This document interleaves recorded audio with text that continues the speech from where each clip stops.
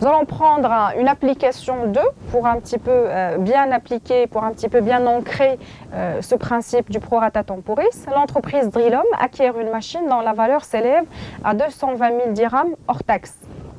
Mise en service le 15/4/2014, sa durée de vie est de 4 ans. Donc là, on voit d'emblée une date différente du 1er janvier. Donc du coup, il faut absolument appliquer la règle du prorata temporis pour une durée de vie de 4 ans. Donc on nous demande d'abord de calculer le taux d'amortissement, puis la première et la dernière annuité, et puis la valeur nette d'amortissement au 31/12/2016.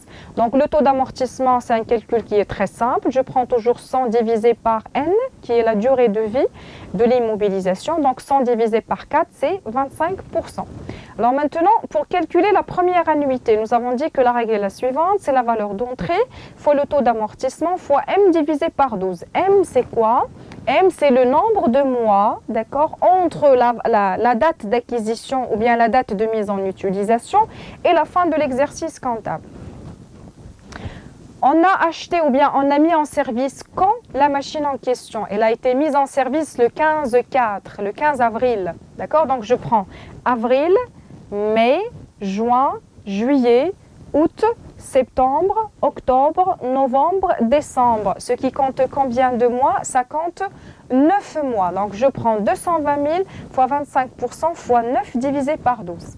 Donc pourquoi? Parce que tout simplement, la machine a été utilisée pendant uniquement 9 mois. Donc mon calcul de l'amoindrissement de sa valeur doit tenir compte, d'accord, de cette durée d'utilisation. Et n'est pas une année, d'accord? La durée est nettement inférieure à une année. Donc on a utilisé pendant 9 mois. Il faut que cela apparaisse au niveau, bien sûr, du calcul de l'annuité. Et bien sûr, on va avoir une annuité inférieure à celle d'une année entière. Donc 220 000 fois 25% fois 9 divisé par 12, ça va donner 41 250.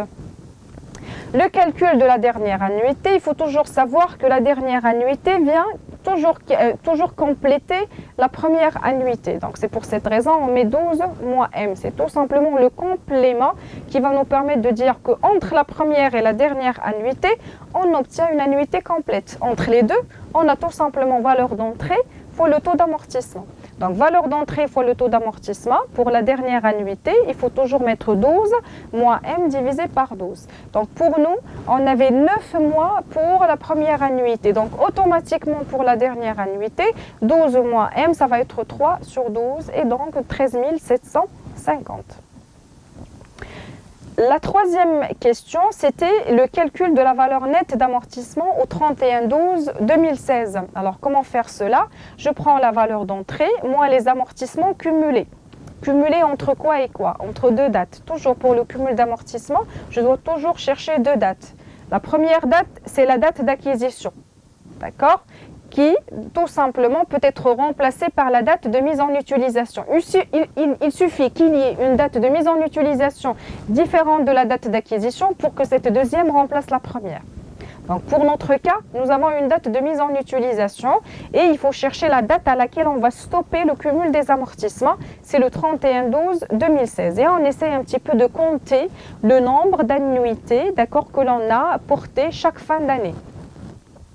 Donc ici, on a combien d'annuités? Il y a la première annuité qui était une annuité incomplète, 41 250. Puis une deuxième annuité pour quelle année? Pour quelle année? On a acheté quand? On a acheté en 2014. Donc là, il y a fin 2014, 31/12/2014, c'est la première annuité. Puis nous avons une deuxième annuité, mais cette fois-ci c'est une annuité complète pour 2015. Et puis 31/12/2016, une troisième annuité complète. D'accord? Donc c'est pour cette raison, je prends deux annuités complètes plus la première annuité incomplète. Je mets 220 000 moins le total des amortissements cumulés et on obtient 68 750. Donc voilà, avec cela, on termine la terminologie des amortissements. Donc il faut savoir que ce qui est important dans cette terminologie des amortissements, c'est d'abord calculer le taux d'amortissement qui se base sur la durée d'utilisation de l'actif en question, il faut savoir calculer les annuités d'amortissement qui sont soit des annuités complètes quand la date d'acquisition se fait le 1 janvier, le 1er janvier, mais bien sûr quand l'utilisation ou bien la mise en service se fait à une date différente du début de l'année, alors dans ce cas-là, il faut faire le calcul au prorata temporis. Le prorata temporis prend en considération le temps effectivement écoulé durant l'année par la machine ou bien l'actif en question. C'est M sur 12 pour la première annuité et c'est le complément 12 moins M pour la dernière annuité.